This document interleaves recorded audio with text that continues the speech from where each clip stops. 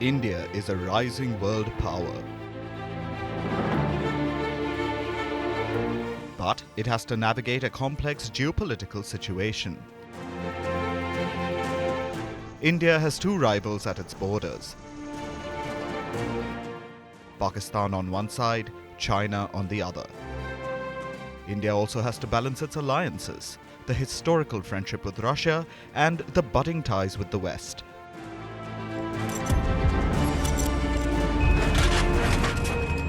As the two sides face off, India is walking a tightrope. The challenges are immense.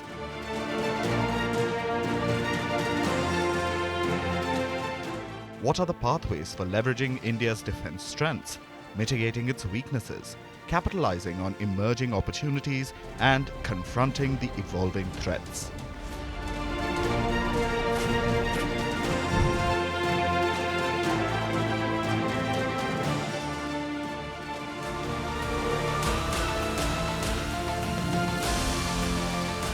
Joining us now is the Chief of Army Staff, General Manoj Pande.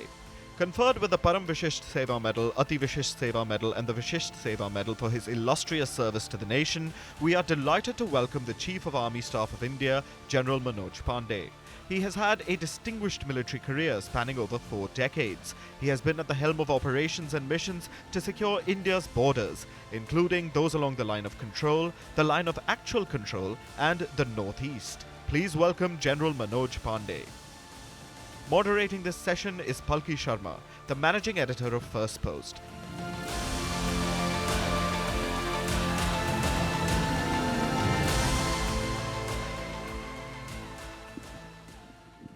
General Pande, you call 2023 the year of transformation of the Indian Army. Would you call 2024 the year of self-reliance? I think for those of you who have been following what we have been doing, we've already declared 2024 as the year of technology absorption. And I think it has lots to do with becoming self-reliant. Because to be able to absorb the technology and in fact to be able to have critical technologies which we require for our war-fighting systems, I believe within the country we have the requisite knowledge, the requisite capacities. So it is hereafter for us as to how we are able to leverage this, how do we leverage the innovative potential or innovation potential to leverage or absorb this technology. And it has to be through the route of Aatmanirbharta. So yes, in a manner, I think both technology absorption as well as being self-reliant, in my opinion, are two complementary things which have to move together.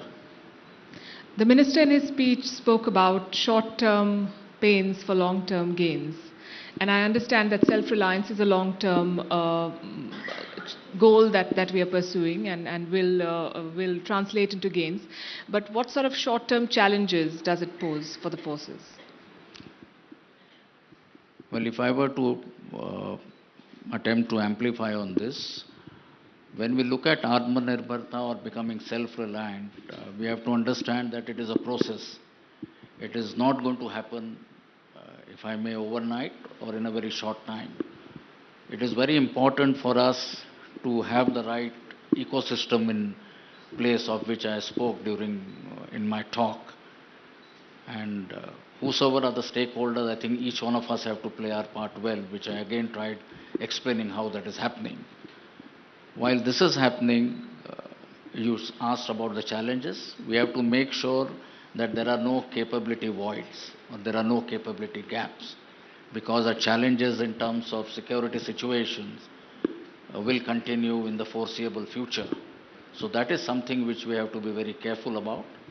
And I think we are putting systems in place.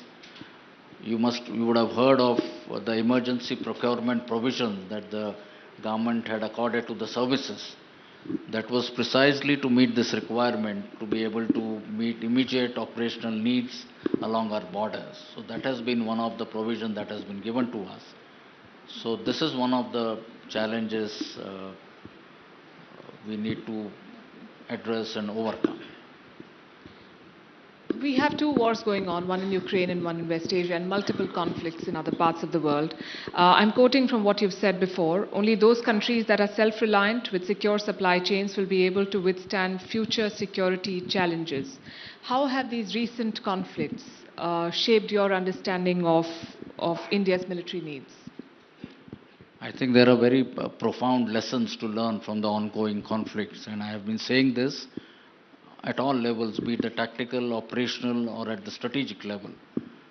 But coming specifically to the lesson in the context of what we are talking today in terms of self-reliance, I think it is extremely important. And again, I want to amplify that it is not only just buying new equipment or purchasing new equipment, but it is also the aspect of their sustenance. So we have to make sure that whatever equipment we have or whatever new equipment we get, its sustenance, the supply chains are available indigenously, be it the supply of ammunition, the spares, the maintenance requirements. So we have to look at this issue in its entirety, and just purchasing or procuring new systems may not be good enough. So this is one area which we'll have to continuously focus on. So this is to be self-reliant, to be near having zero import dependency is something which is extremely critical.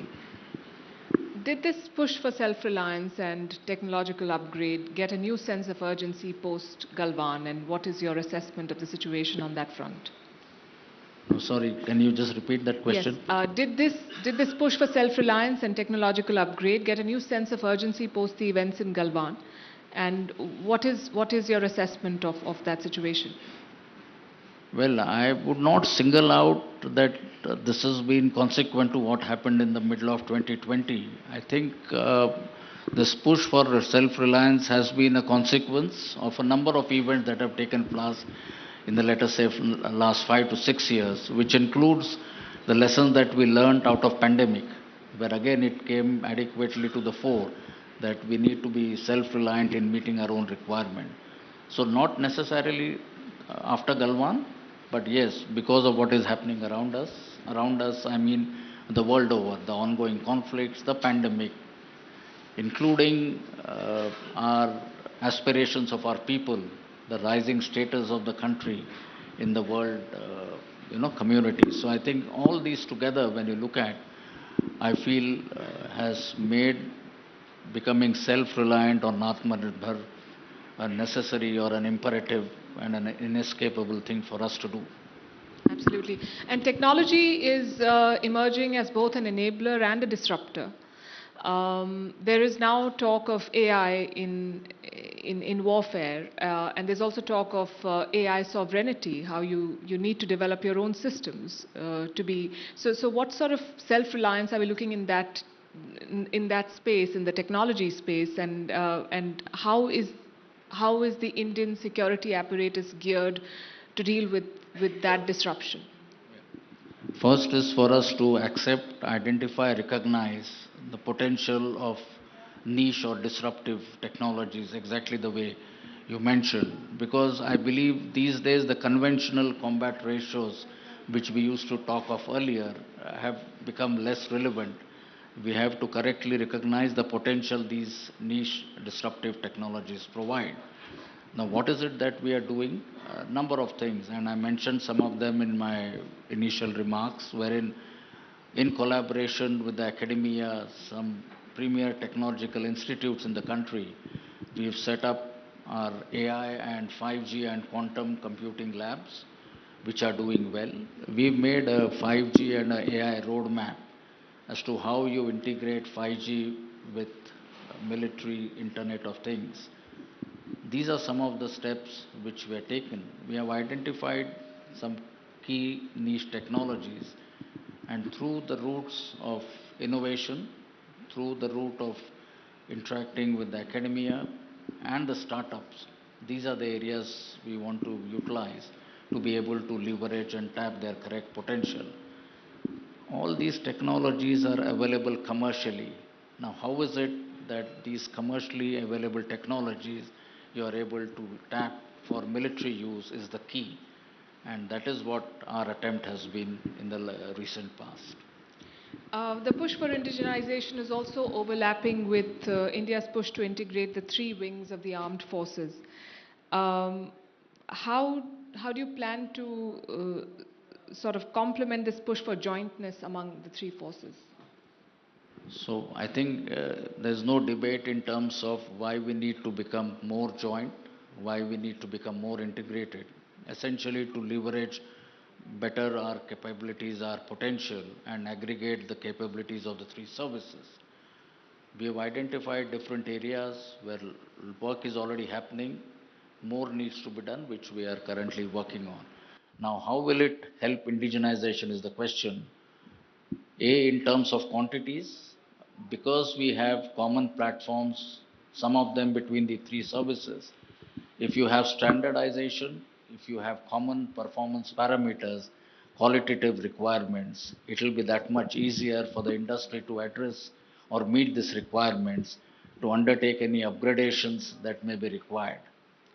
So, as far as integration is concerned, this will again facilitate uh, our efforts, or it will be easier for the defense industry to address the needs of the three services if you have some kind of a common understanding, not only for new equipment, for subsequent maintenance, subsequent sustenance, addressing the servicing and repair requirements of the three services. You're the first ever Army chief who's come from the Corps of Engineers. How has your experience in the Corps influenced your approach towards addressing India's defense needs? Well, I have been saying this, that in the military, all officers, irrespective of what branch, what vertical they come from, I think the military trains everybody to assume senior leadership roles, provides them equal opportunities. So, to me, it doesn't really matter. But yes, in terms of how has been my experience so far, I think it has been extremely satisfying uh, to have done what we have done over the last couple of years. And today we are talking of transformation. So that is one of the areas that we have been looking at. Transformation in various fields, including the human resource management, of which what is currently happening in that area, and the other five pillars that I just spoken of. So I think it has been a very satisfying, very meaningful last couple of years, and this transformation that we are currently undertaking, it is only to make ourselves better future ready, to be able to meet any challenges, security challenges in the future. And I'm confident, I think we are moving on the right path. It is a work in progress. We have clear timelines, deliverables, responsibilities defined, and I think we are doing good as far as transformation is concerned. Final question, General Pandey. We are calling this session Securing India a SWOT Analysis. So if you were to do a SWOT analysis and give us the strengths, weaknesses, opportunities, and threats, how would you put it? Well, I can see the time running out. I'll just sum it up to say that in terms of our ability to meet future security challenges effectively, I just, through your medium, wish to reassure everybody that the Army, the Defense Forces will continue to be future ready. We are aligned to the changes that are happening around us, both in the external environment as well as in the internal within the country. And like I tried to explain in my talk, the aspirations of the rising India, we have to make sure that our security is in no manner impacted, so that the progress, the path of progress that we are on, is in no way impacted. So that I wish to reassure and convey this confidence that we will be able to do this successfully in the future. I think I can confidently and safely say it on behalf of everyone that we are all proud of what the Army does, and We have full confidence. Thank you very much, General Pande, for making time and for sharing your thoughts with us. Thank you for providing me this opportunity. Thank you.